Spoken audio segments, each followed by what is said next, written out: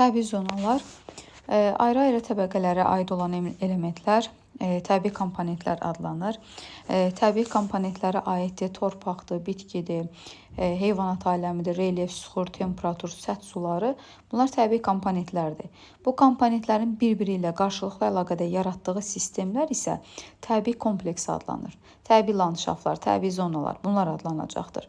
Təbii komplekslərin ekvatordan qütblərə doğru dəyişməsi enlik zonallığı, dağın ətəyindən zirvəsinə doğru dəyişməsi isə şaquli zonallıq, yəni yüksəklik qurşağı adlanır. İnsan fəaliyyəti nəticəsində yaranan, məsələn, şəhərlər, bağlar, kəndlər, bunlar isə antropogen komplekslər adlanır, antropogen landşaftlar adlanır.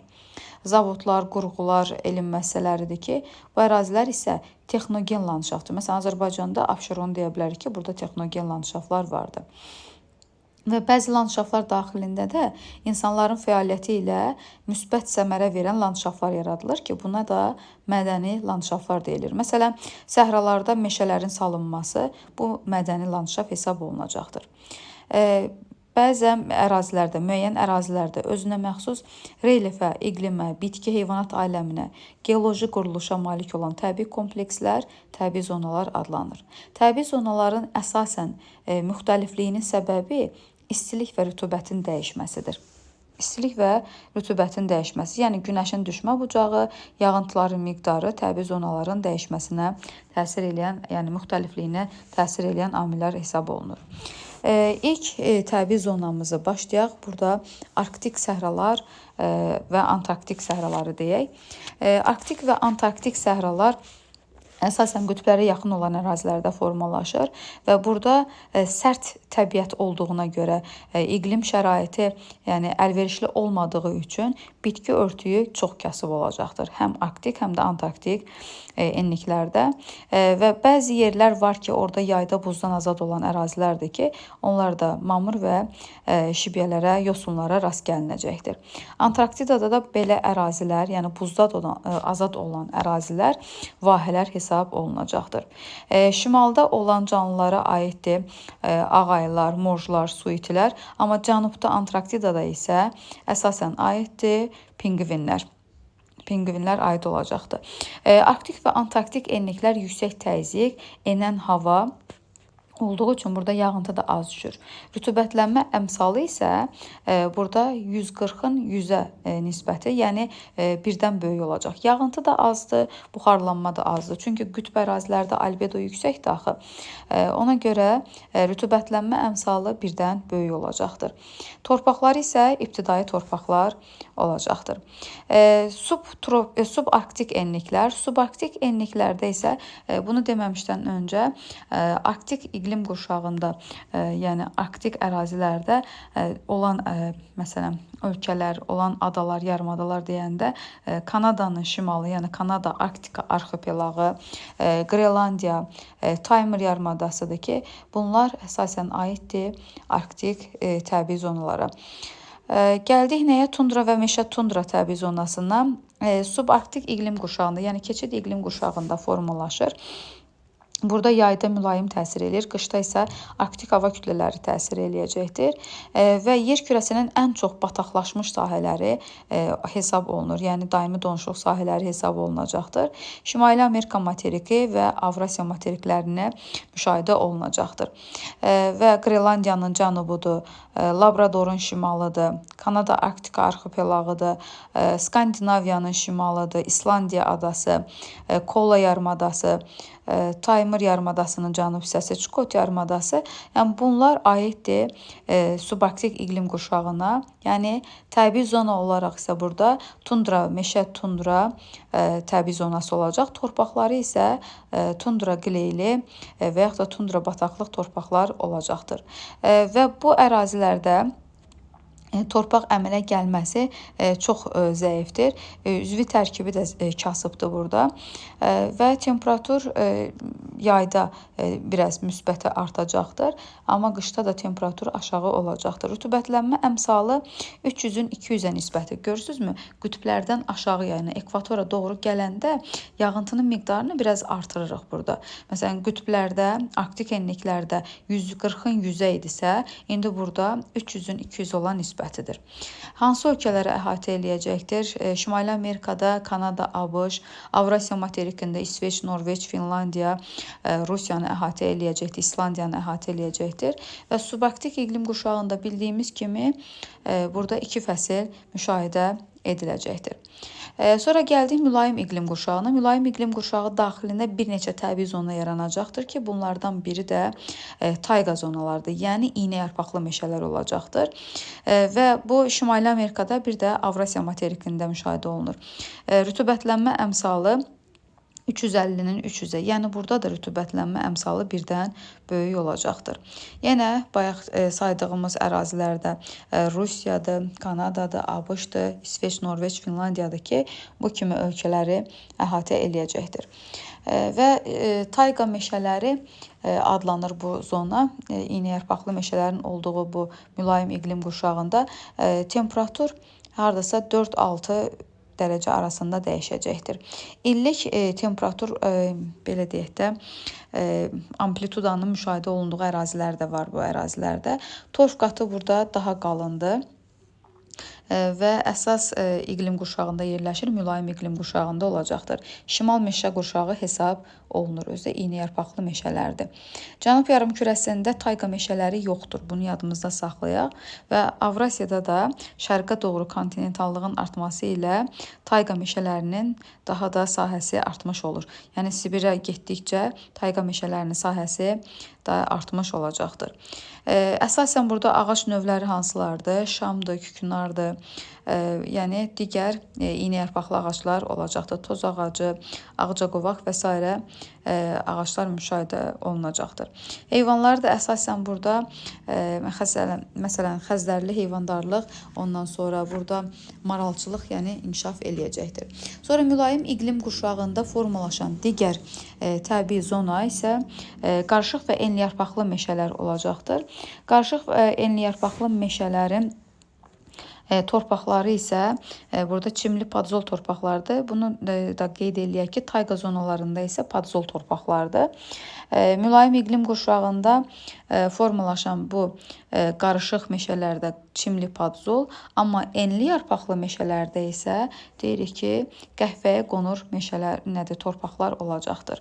Və burada da görürsünüz, Şimali Amerikanın da şimal-şərq hissəsində, Avropanın isə, Avrasiya materikinin isə qərb hissəsini əhatə eləyəcəkdir. Kimyəvi aşınma üstündür, çünki mülayim enliklərdə rütubətin çox olduğu bir yerdir və bunlar şərqə doğru getdikcə kontinentallıq artır deyə, məsələn, Avrasiya materikində və burada axıra qədər qurşaq əmələ gətirməyəcəkdir. Həm enliyarpaqlı, həm də iyniyarpaqlı qarışıq meşələr. Kimyəvi aşınma burada üstünlük təşkil eləyir. Palıd, fıstıq, vələs ağacları daha geniş yayılıbdır. Hansı ölkələri əhatə eləyəcəkdir bu meşələr? Böyük Britaniyadır, Fransadır, Almaniyadır, Polşadır ki, Belarusda bu ölkələr aid olacaq. Qeyd etdiyimiz kimi qəhvəyi və qonur meşə torpaqları geniş yayılıbdır. Mülayim və subtropik iqlim qurşağında çöl zonaları da yerləşir. Çöl zonaları nisbətən biraz yəni iqlimin quraq olduğu ərazilərdə olacaqdır. Çöl zonalarında əsasən torpaqlar qara rəngdə olacaqdır. Ən məhsuldar torpaqlar hesab olunur və taxılçılıq üçün ən mükəmməl torpaqlardır. Və Avrasiyada çöl zonaları adlanır nə? Steplər adlanır. Şimali Amerikada, ABŞ-da, Kanadada preri, Cənubi Amerikada isə pampa adlanır. Şimali Amerikada çöl zonası həm subtropik, həm də mülayim iqlim qurşağında formalaşır. Avrasiyada yalnız mülayim iqlim qurşağında, amma Cənubi Amerikada isə subtropik iqlim qurşağında formalaşacaqdır. Dediyimiz kimi çöl zonalarının əsas torpaqları qara torpaqlardır, amma Cənubi Amerikadakı pampalarda isə qırmızı qara torpaqlar hesab olunacaqdır. Steplərin olduğu ölkələr Rusiyadır, Çindir, ondan sonra Qazaxıstanın şimalıdır, Ukraynadır ki, yəni burada mülayim iqlim qurşağında formalaşır. Şimali Amerikada isə Kanada, ABŞ həm mülayim subtropik iqlim qurşağı, Cənubi Amerikada isə pampalar əsasən yerləşir Argentina, yəni La Plata ovalığında, Argentinada, Uruqvayda və burada torpaqlar isə qırmızı-qara torpaqlar hesab olunacaqdır. Burada məsələn Avrasiyada şərqdən qərbə doğru çöllər azalır. Yəni tam zolaq əmələ gətirməyəcək. Səbəbi isə qərbə doğru qərb küləklərinin təsiri ilə yağıntının artmasıdır. Bu da bir testin cavabıdır. Sonra gəldik subtropik iqlim qurşağına. Subtropik iqlim qurşağı Aralıq dənizi iqlim tipi daxilində olan təbii zonası deyirik ki, codyarpaqlı meşə və kolluqlardır. Şimali Amerika, baxırıq ki, 40-cı paralelləri əhatə eləyir. Bizim özümüz də subtropik iqlim qurşağındayıq da. Burada Şimali Amerikanın qərb hissəsini əhatə eləyəcək. Orada Los Angeles, San Francisco tərəfdir. Avropanın cənubu, Piriney, Apenin, Balkan yarımadası, Afrikanın şimalı, burada Mərakeş, Tunisi qeyd eləyə bilərik. Hətta Afrikanın cənubunun cənub-qərb hissəsi, Kap dağları tərəf. Cənubi Amerikada Çilinin paytaxtı Santiago-nu qeyd eləyə bilərik və bir də ki, Avstraliya yeganə materikdir ki, burada codyarpaqlı meşə və kolluqlar həm materikin cənub-qərbində, həm də materikin cənub-şərq hissəsində də formalaşır. Subtropikin Aralıq dənizində də formalaşır. Subtropikin bərabər rütubətlisində də formalaşır. Bircə dənə harda müşahidə olunur? Deyirik ki, Avstraliya materikində. Deməli, subtropik iqlim qurşağı keçid iqlim qurşağıdır. Yayı isti quru keçir, qışı mülayim keçəcəkdir. Və burada yəni iki hava kütləsinin təsirinə məruz qalır. 4 fəsil müşahidə olunur. Aralıq dənizi iqlim tipində, yəni ki, qəhvəyi torpaqlar üstünlük təşkil eləyəcək, codyarpaqlı meşə və kolluqlar. Məsələn, yayıldığı ölkələri bayaq dediyimiz kimi İspaniyadır, Portuqaliya, Yunanistan, Türkiyə, Tunis, Mərakeş, Liviyanın şimalı, Avstraliyanın cənub-qərbi, cənub-şərqini qeyd eləyə bilərik. Və burada əsasən suvarma təsərrüfatı inkişaf eləyir. Yayda suvarmadan istifadə olunacaqdır. Rütubətlənmə əmsalı isə birdən kiçikdir. Birdən kiçik olduğu üçün, yəni 900-ün 1100-ə, 1000-ə nisbəti müşahidə olunacaqdır. Əsasən burada sitrus meyvəçiliyi üstünlük təşkil eləyir. Limondur, feyxuadır, üzümdür, zeytundur, portağaldır ki, bu kimi bitkilər üstünlük təşkil eləyir. Və torpaqları da qəhvəyi torpaqlardır.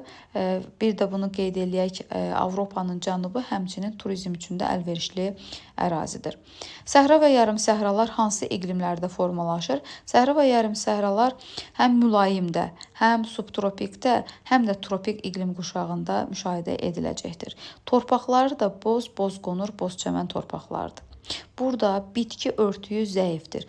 Ona görə də bu ərazilərdə əsasən səhralıq olan, yəni quraqlığa davamlı olan bitkilər üstünlük təşkil eləyəcəkdir. Fiziki aşınma güclü gedəcək, yüksək təzyiq, enən hava axınları müşahidə olunur, düz radiasiya müşahidə olunacaqdır və insanların təsirinə də, yəni antropogen təsirə də daha zəif məruz qalacaqdır. Və torpaqları da daha az məhsuldardır. Yəni irriqasiya etmədən biz bu torpaqlarda məhsuldarlıq görə bilmərik. Rütubətlənmə əmsalı da birdən kiçikdir. Yəni 200-ün 1200-ə, 250-nin 1100-ə olan nisbətidir. Və burada hansı təsərrüfat inkişaf eləyər? Ya suvarma əkinçiliyi inkişaf eləyəcək, ya da burada qoyunçuluq inkişaf etdiriləcəkdir. Hansı ərazilər aiddir? Burada qeyd eləyək, cənub-qərbi Asiyanı qeyd eləyək. Bu ərəb ölkələrini burada adını çəkə bilərik. Sonra Cənubi və Şimali Afrika səhralıq zonalarıdır. Və daha sonra isə Mərkəzi Asiya, Türkmənistan, Özbəkistan tərəf. Sonra Cənubi Amerikada Atakama səhrası tərəf. Avropada səhra və yarımsəhranın belə deyək də yaranmasının deyə bilmərik. Çünki burada yarana bilmir. Səbəbi də ki, rütubətliyin burada çox olmasıdır. Avstraliyanın özündə də səhralara və yarımsəhralara rast gəlinir. Və dedik ki, burada bitki örtüyü, heyvanat aləmi kasıbdır. Əsasən bunlar məsələn, sürətli qaçmaqlarına görə seçilirlər. Gündüz torpağın, qumun altında gizlənirlər, gecə ovlarına çıxırlar. Yəni burada quraq ərazilərdir. quraq ərazilər olduğu üçün, yəni qida tapmaq çətindir. Ona görə də bəzi heyvanlar sürətli qaçırlar. Bitkilərin kökləri çox dərində yerləşir, çünki yeraltı sulara çatmaq üçün onların kökləri dərinə qədər uzana bilir. Sonra Afrikada hansı səhralar var? Burada səhraları öyrənməliyik. Afrikanın şimalında Böyük Səhra, yəni Saxara səhrası, Liviya, Əlcəzair, Nubiya səhrası var. Afrikanın cənubunda Kalahari, Namib səhraları, Cənubi Amerikada Atakama səhrası, Avstraliyada Hibson, Sipson, Viktoriya və Qumlu səhraları, Şimali Amerikada Mojave və Sonor səhraları, Ərəbistanda Rübəlxali, Böyük Nəfud, Kiçik Nəfud, İranda Dəştli, Kəvir səhraları, Mərkəzi Asiyada Turan ovalığında Qızılqum, Qaraqum səhraları, Qızılqum Özbəkistanda, Qaraqum Türkmənistanda yayılıbdır və Monqolistanda olan Qobi səhrasını da və bir də Çin ərazisində yerləşən Təkləməkan səhrasını da qeyd eləyə bilərik ki, bunlar yer kürəsində, yəni isti ərazilərdə formalaşan səhralardır. Burada da temperaturun gündüz çox, axşam isə az olması süxurlarda fiziki aşınmaya səbəb olacaqdır. Və burada olan bitki növlərində əsasən məsələn Afrikada, ondan sonra Ərəbistanda xurma ağacları yetişdirilir. Yəni irriqasiya olmasa burada təsərrüfatı inkişaf etdirmək qeyri-mümkündür. Sonra gəldik nəyə? Subekvatorial iqlim qurşağına. Subekvatorial iqlim qurşağı da keçidi iqlim qurşağıdır. Yayda ekvatorial, qışda isə tropik iqlim hava kütlələri təsirinə məruz qalır. Burada əsasən qonur, qırmızı qonur torpaqlar olacaqdır. Yay ayları rütubətli keçir bu ərazilərdə, qış ayları isə quraq keçir. Əsasən burada aqroiqlim ehtiyatları əlverişli olduğu üçün çay, çut, çəltik, şəkər qamışı, qəhvə kimi bitkilər əkiləcəkdir. Rütubətlənmə əmsalı yenə birdən kiçik olacaqdır. Çünki yağıntının miqdarı burada 1200, buxarlanma isə 1500 və yaxud da ki 2000 ola bilər. Cənubi Amerikada savannaları, şimaldakı savannaları adlandırırlar lianos, cənubundakı savannaları isə adlandırırlar kampos. Avstraliyada şimal hissəsində deməli savannalara rast gəlinir. Afrikanın şimalında da, cənubunda da, Avrasiya materikində, Hindistanda, Hindçin yarımadasında rast gəlinəcəkdir savanna və seyrək meşələrə. Olduğu ölkələr yenə dediyim kimi Efiopiyadır, Somalidir, Hindçin yarımadasında olan Vyetnamdır, Taylanddır, Laosdur. Cənubi Amerikada Gviyana yaylası, Braziliya yaylası, Avstraliya, bunlarda savanna və seyrək meşələrə rast gəlinəcəkdir. Bir də bir şeyi qeyd edeyim uşaqlar. Burada savanna və seyrək meşələr həm keçid iqlim qurşaqlarında, həm də əsas iqlim qurşaqlarında da formalaşa bilər. Sonuncu iqlim qurşağımız ekvatorial iqlim qurşağıdır. Ekvatorial iqlim qurşağında formalaşan təbii zonalar isə ekvatorial həmişəyaşıl meşələrdir və burada il boyu rütubətli hava müşahidə olunacaqdır. İsti və rütubətli olacaq. Əsas torpaqları burada qırmızı, sarı ferralit torpaqlar hesab olunacaqdır. Və temperatur 24-26 dərəcə, yağıntının miqdarı 2200, buxarlanma isə 1000-1500 mm olacaqdır. Yəni rütubətlənmə əmsalı birdən böyükdür. Və Cənubi Amerikada, Afrikada və Cənub-Şərqi Asiyada geniş yayılıbdır. Əsasən yayıldığı ölkələrdə, yayıldığı ərazilərdə bitkilər, heyvanat aləmləri zəngindir. Fəsillər müşahidə olunmur. Hansı ərazilərdir? Braziliyadır, Venesueladır, Kongodur, Gabondur, Malayziya, İndoneziya kimi ölkələrdə səciyyəvi olacaqdır. Cənub meşə qurşağı hesab olunur. Şimal meşə qurşağı bayaq dedik ki, iynəyarpaqlı meşələr, yəni tayqa meşələri. Cənub meşə qurşağı isə bura ekvatorial meşələr aiddir. Ekvatorial meşələr Cənubi Amerikada selvas adlanır. Cənubi Amerikada yəni təbii zonaları fərqli adlarla adlandırırlar. Bunlardan biri də selvasdır, yəni ekvatorial meşələrdir. Burada selvaslar əsasən yəni burada yəni Cənubi Amerikadakı ağaclar, hətta Amazon meşələri, Konqo meşələrində olan ekvatorial ağaclar, meşələrdə olan ağaclar yaruslu ağaclar hesab olunur. Yəni yarus o deməkdir ki, mərtəbəli ağaclardır. Birinci mərtəbə, ikinci mərtəbə, üçüncü və dördüncü mərtəbələrdən ibarətdir və bu yaruslar aşağı olan, yəni birinci yarusda, ən yuxarıda daha doğrusu olan yarusdur, 80 metrə bərabərdir. Sonra 40-50 metrə, 40-60 metrə və ondan aşağıda olan üçüncü yarusda 20 metrə və ən kiçik yarusa malik olan ağaclar isə 2 metrə bərabərdir. Və bu ağacları da bir-birinə bağlayan lianlar var da, yəni sarmaşıqlar var. Burada olan heyvanlar, məsələn Amazon meşələri, Konqo meşələri, yəni heyvanları, bitki aləmindən zəngindir. Məsələn burada papaya ağacı var, Braziliya qozu, ondan sonra kinə ağacı, hevea ağacı, yəni kauçuk ağacına görə seçilirlər. Və Cənubi Amerikanın meşələri daha sıx olduğu üçün onları yəni dünyanın ağciyərləri hesab edirlər də. Amma daha sonra insanlar onları mənimsəməyə başlayırlar. Və onu mənimsəmək üçün Cənubi Amerikada, Braziliyadan Perunun Lima şəhərinə doğru, yəni Resife şəhərindən Lima şəhərinə doğru Trans-Amazon nəqliyyat yolu çəkilibdir ki, həmin o meşələr mənimsənilir və orada plantasiyalar salınır. Cənubi Amerikada, ondan sonra Afrikada tam zolaq əmələ gətirmir. Amma Avrasiya materikində ekvatorial meşələr tam zolaq əmələ gətirir və insanlar tərəfindən də həmin o meşələr mənimsənilibdir. Meşələr qırılaraq yerində plantasiyalar salınıbdır Avrasiyada, məsələn İndoneziyada, Filippində. Burada çay, çut, çəltik əkinləri, hevea əkinlərinə görə seçilirlər. Bir də onu qeyd edeyim ki, Afrika materikində səhralarla savannaların arasında quraqlıq ərazidə selvaslar yaranıbdır. Selvas, yəni ki, subekvatorial enliklərdə biraz meşəlik ərazilər, hündür ot örtükləri olduğu üçün bu selvaslar belə deyək, get-gedə insanlar tərəfindən o qədər çox istifadə olunur ki, yəni savanna və seyrək meşələr, heyvanları otarırlar, əkinçilikdə torpaqlardan çox istifadə edirlər və torpaq artıq quraqlaşır, yəni həmin ərazilər quraqlaşır. Yəni savannaların yerinə burada selvaslar yaranır. Yəni savanna ilə səhraların arasında selvaslar yaranmış olur.